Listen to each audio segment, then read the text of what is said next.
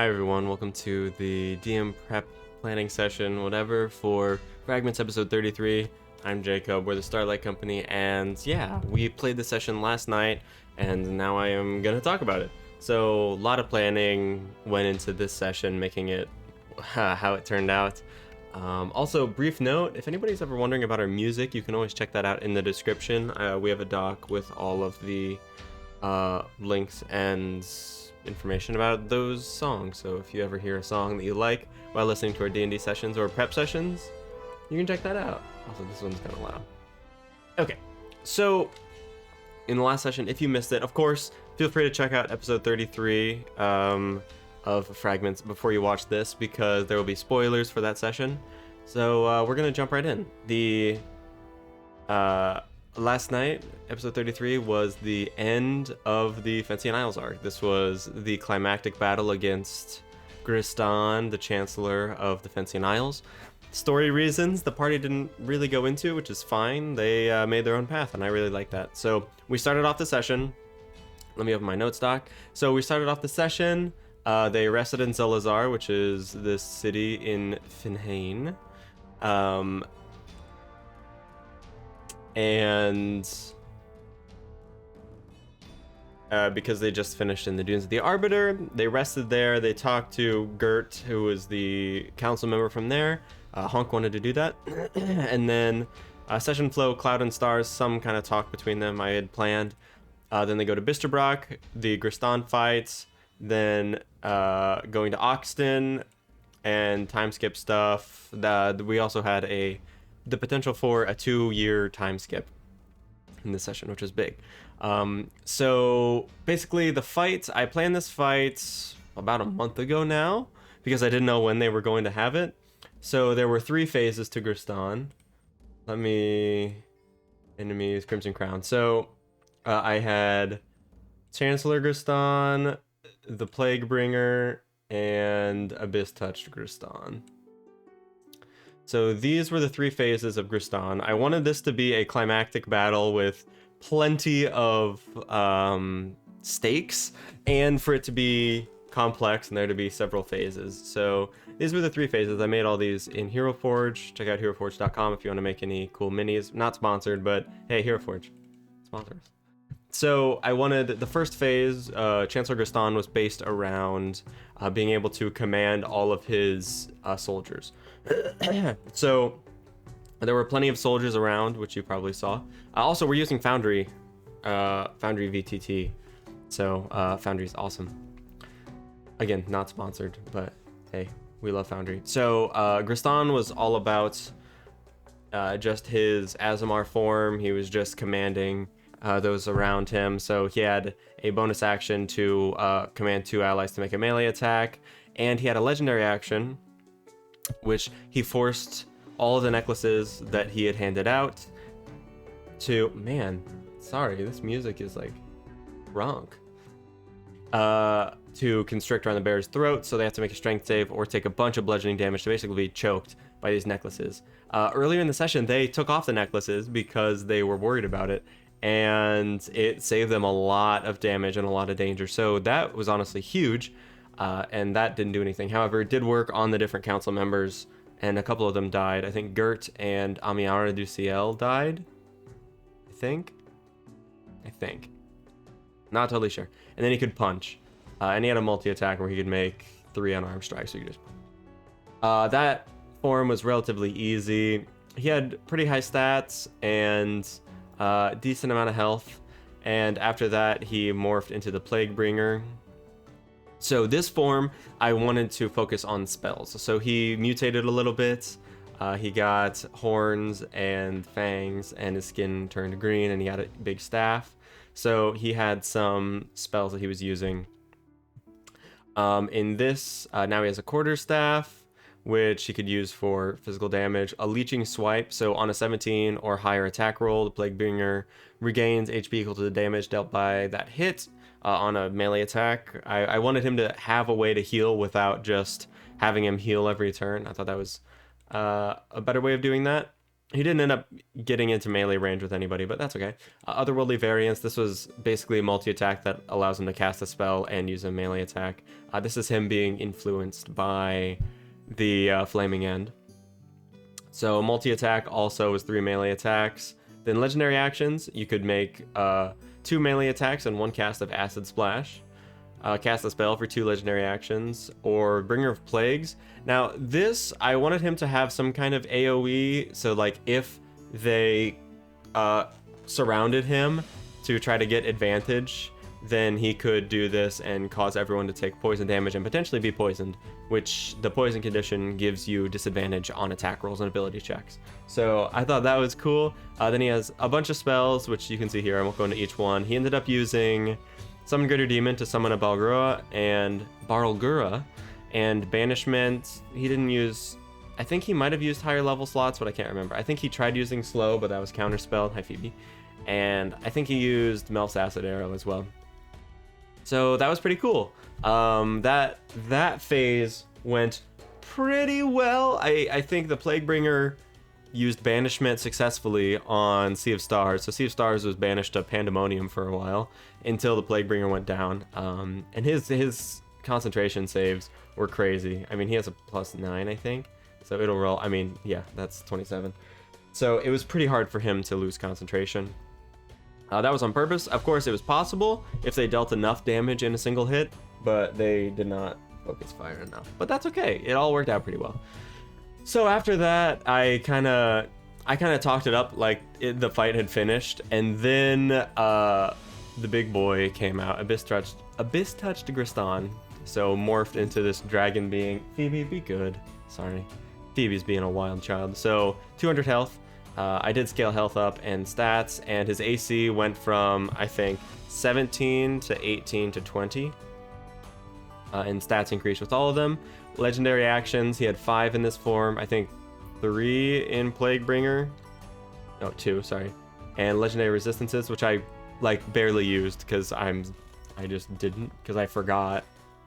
So that was my bad, but it went pretty well. So Abyss Touch Gristan was focused on his abyssal abilities. He could do, let's see, his multi-attack allows him to do, this was supposed to be 3 claw strikes and 1 bite attack. I changed that in the middle of the session. To balance out the action economy a little bit, because I didn't expect Nadri to be with them. So it's all about, if you have everyone fighting one enemy, you need to balance everything out a little bit. And I think this worked really well.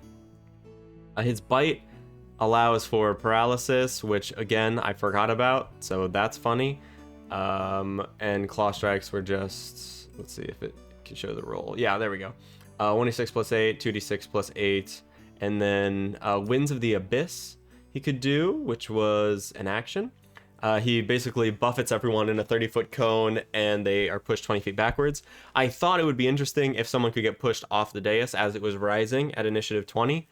Every turn, and it happened for Sea of Stars. He was the only one by the ledge, and he was fine because he's a tabaxi and he's amazing. So, and then he has a reaction to boost his AC. I also buffed this to +6 instead of +5. Again, Nadri being there influenced that a lot. Let's see, and then legendary actions. See if they'll show up on this page. Nope. Okay, so you had 5 legendary actions. Bringer of Plagues. This was the same one that he had in the Plaguebringer phase, so that he could do this AoE around him to cause the poison condition and poison damage. He could make 2 melee attacks for 1 legendary action. For 3 legendary actions, this is the big one. This is the big boy. Up to 30 feet away, a radius of 20 feet sphere. Flaming End Rises is a big fire and poison damage attack. And he pulled it off against a Skeleton Kit, I think, and it did a lot of damage, so that was cool. Pull of the Abyss basically siphons health from those around him, and then he could use Winds of the Abyss as a legendary action instead of an action. He was conditionally immune to a lot of things, I just forgot to put him in, and damage immune to acid and poison. Again, me saying I forgot to put him in makes it sound like I wasn't planning on it, but he was conditionally immune to like stun and prone and poisoned and stuff like that. Just because of him being imbued with the power of the Flaming End. So that was that fight. It went really well. I think they all survived. By the end, Sly had gone down twice. Nadri went down once. And then I wanted there to be a story element because of Seriko's going back in time successfully. So let's see, the Crimson Crown. Here I went into how I planned all of that. Little notes about his physical changes so that I wouldn't have to come up with it on the spot. And then Hyronax showed up to fight with Kristan, saying, "An old friend of mine told me you might use some assistance right about now." Which is to say, because Seriko pulled off saving the islands of Madeir, and Hyronax basically owned stuff. So yes. And went to save them, and he ended up coming and taking Sea of Stars and bringing him back up to the Crimson Crown, or to the Overlook, I mean. So that was the fight. It went really well, and also Urien, was diverted because there were people exploding in the city. That was pretty big. He could have fought in the battle, but I knew that he would be more focused on saving the city and trusting in these people that he has come to trust, and that was mostly because they saved him and protected him so well in the Shrine of Withering Hands all those months ago. He just trusted them, so that was cool.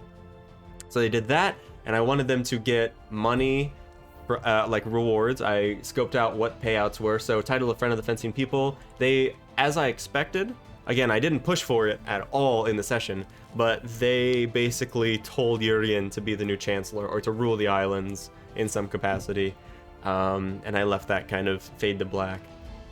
But they were gifted 500 platinum pieces and title of Friend of the Fencing People, so they always have a home there.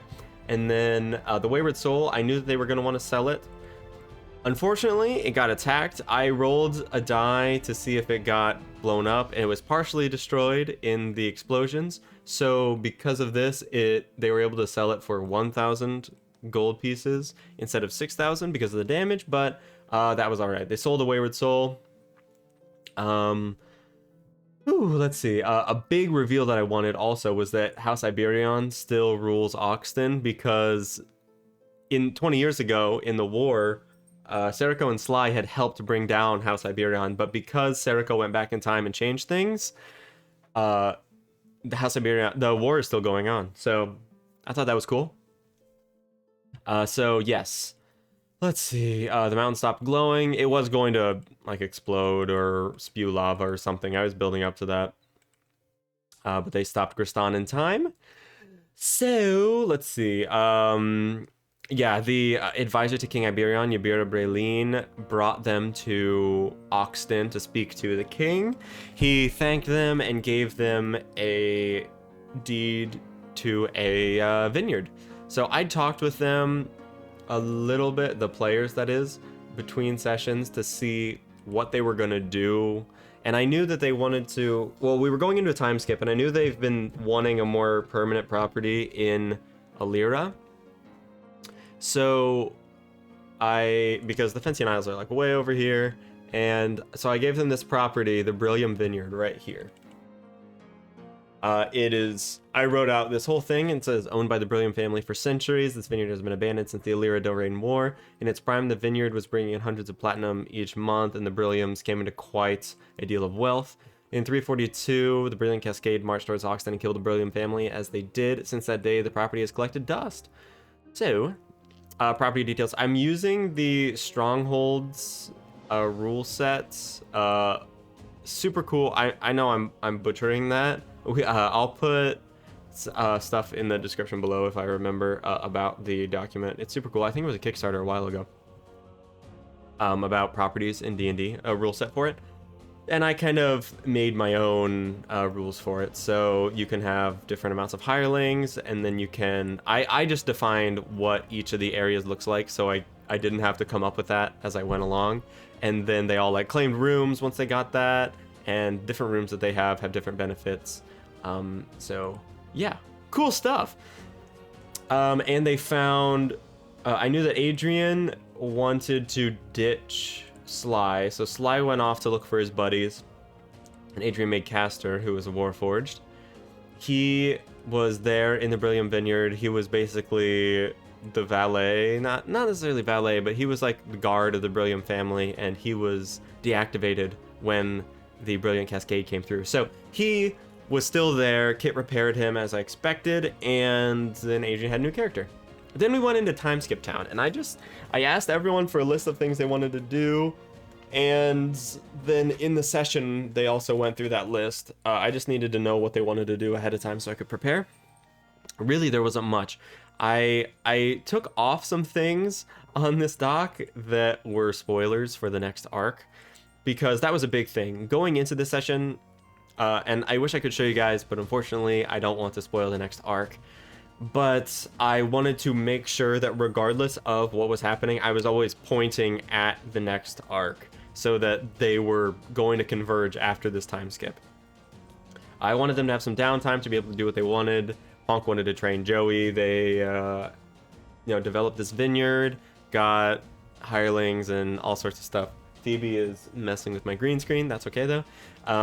And I knew that Star wanted to look for a way to solve his undead curse. So anyway, at the end of the time skip, a lot of stuff happened. If you want the details, you can watch the session. But I knew that Star wanted to cure himself and Cloud of their skeletal bodies. So at the end of the time skip, I had Mistress Nelfura of the Vespin Arcanum reach out to them and say, I potentially know a way to solve this. Come to Idris, which is the elven city in the north. So that is where we left off. So this is Idris up here. Big times. They also leveled up 5 times. I didn't know how long it would take, but based on what they wanted to do, I procedurally updated how much time the time skip would be. So it ended up being about 26 months, I believe. So 2 years and 2 months. And for every 6 months, they leveled up, essentially. So including the 1 level that they got from defeating Gristan and finishing that arc, they leveled up a total of 5 times, which was huge. Yes, I might have misspoken earlier. It was 4 times for the time skip, and then the 1 time for beating Gristan and finishing that arc. So that was cool. They all took different levels, and we ended the session there. So that's a lot of my planning that went into that session. It was a long time coming. I planned the Crimson Crown a long time ago, and I made this map in Incarnate also. So yeah, which I would check out Incarnate. Again, not a sponsor, but we love using these tools. And that's kind of, going into this fight against Gristan, I really wanted there to be high stakes, for the group especially, but also for the town. If they didn't succeed, Bisterbrock would be dead. Yeah. Big things.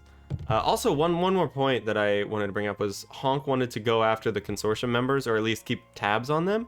And I figured that because he didn't want to kill them in the time skip, he just wanted to keep tabs on them.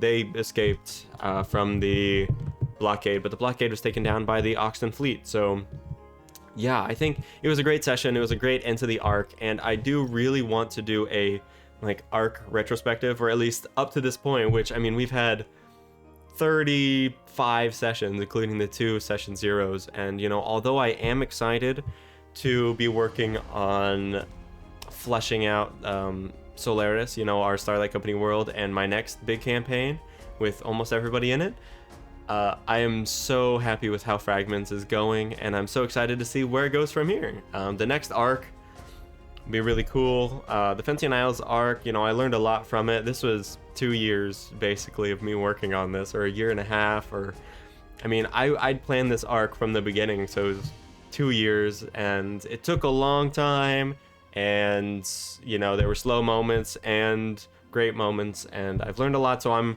really excited for the next one. And hopefully my group will be as well. So that's all I have for you. Thank you so much for watching. I really appreciate it. Of course, check out episode 33 of Fragments. It was so much fun. And as always, have a wonderful Telltale day. Bye, everyone.